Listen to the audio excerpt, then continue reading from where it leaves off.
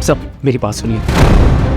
ये क्या कर रहा हूँ, तू पागल हो गया क्या? देखिए मैम साहब, मैं जो चाहता हूँ ना मुझे वो करने दीजिए। अरे क्या करने में लगा वे?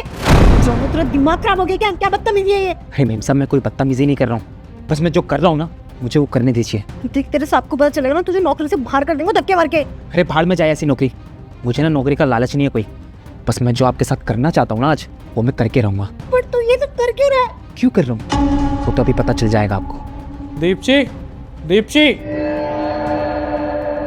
अरे दीपची, अरे दीपची ये सब क्या कर रही हो तुम, वो भी इस नौकर के साथ? अरे तुम्हें पता होना चाहिए यार, हमारे घर में नौकरी करता है ये, उसको पगार देती हो तुम, और तुम इसके साथ अपने बेड पे कंबल के अंदर पड़ी हो। यार कितना बुरा दिन दिखा रहे हो तुम मुझे। और तू अपनी औकात भूल गया? हाँ, तुझे पता है ना तेरी मालकिन है वो, तूने जरा भी नहीं सोचा इस बारे में कि मुझे पता चलेगा तो तेरे मालिक क्या हासिल करेंगे तेरा? राहुल तुम जैसा सोच रहे हो ना ऐसा कुछ भी नहीं है। बस बस, कुछ समझने की जरूरत नहीं है मुझे, समझ गई ना तुम? अगर कोई पागल इंसान भी होगा ना वो भी समझ जाएगा कि मेरे घर में क्या चल रहा है, मेरी बीवी नौकर के साथ क्या सब कर रही है। ये सब कर रही हो तुम। देखो राहुल, मुझे तो खुद नहीं पता ये सब क्यों कर रहे हैं, मैं तो तुम्हें बताने ही वाली थी, इससे पहले ही तुम यहाँ पे आ गए। अच्छा, मतलब तुम्हें लगता है कि ये सब तुम बातें घुमाओगी और इन बातें घुमाने के चक्कर में पागल बन जाऊंगा? हाँ, इतना पागल नहीं हूं मैं, सब अपनी आंखों से दिख रहा है मुझे।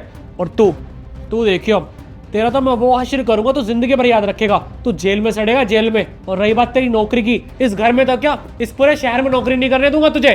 अच्छा, जब आपने अपनी बीवी को किसी और के साथ कंबल में देख लिया तो आपको बुरा लग गया, और आप जो 2 साल से मैडम को बेवकूफ बना रहे हैं, उनको धोखा दे रहे हैं उनके पीठ पीछे, उसका क्या? अब किस धोखे के बारे में बात कर रहा है तू?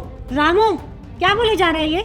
तू अच्छे से जानता है ना कि मैं तेरे साहब से कितना प्यार करती हूँ और वो मुझसे कितना प्यार करते हैं, उनके बारे में कुछ भी बोले जा रहा है? मीम साहब मैं जो भी बोल रहा हूँ ना बिल्कुल सच बोल रहा हूँ। मैं जब से इस घर में आया हूँ ना आपकी बहुत इज्जत करता हूँ, आपको अपनी बड़ी बहन की तरह मानता हूँ, लेकिन साहब आपके साथ धोखा कर रहे हैं। इनका ना किसी लड़की के साथ चक्कर चल रहा है, ये रात दिन पार्टी करते हैं, घर से बाहर रहते हैं, और आप इनका इंतज़ार करती हैं। अरे खाना तक नहीं खाती इनके इंतज़ार में।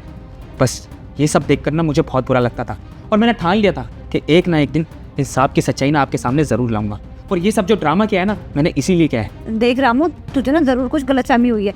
राहुल इस तरह कर ही नहीं सकता, मुझे चीट नहीं कर सकता कभी, वो मुझसे बहुत प्यार करता है और हमने लव मैरिज करी है, ऐसा हो ही नहीं सकता। भीम साहब मैं जानता था कि आप मुझ पर बिल्कुल भी भरोसा नहीं करेंगे, क्योंकि आपको मुझसे ज़्यादा साहब पर भरोसा है, इसीलिए ना मैंने वीडियो बना ली थी।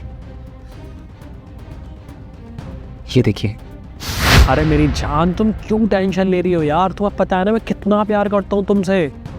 अरे यार लाइफ टाइम में तुम्हारे साथ रहने के लिए प्लान कर रहा हूँ। तुम्हें पता है ना मेरी बीवी कितनी पागल है, उसका ऐसी पागल बना रहा हूँ ना पिछले 2 सालों से। तो बस, और वैसे भी मैंने एक प्लान बनाया हुआ है, जैसे वो प्लान सक्सेस होगा ना हम दोनों शादी कर लेंगे और लाइफ टाइम एक साथ रहेंगे, समझे? चिंता मत करो तुम। चलो करता हूँ बात, है ना? Love you baby.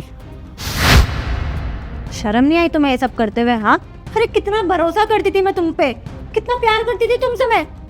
मेरे पीठ पीछे चीट कर रहे हो मुझे, वो भी किसी और लड़की के साथ। अरे लव मैरिज हुई थी हमारी, उसके बाद भी तुम्हें क्या जरूरत पड़ गई थी चीट करने की?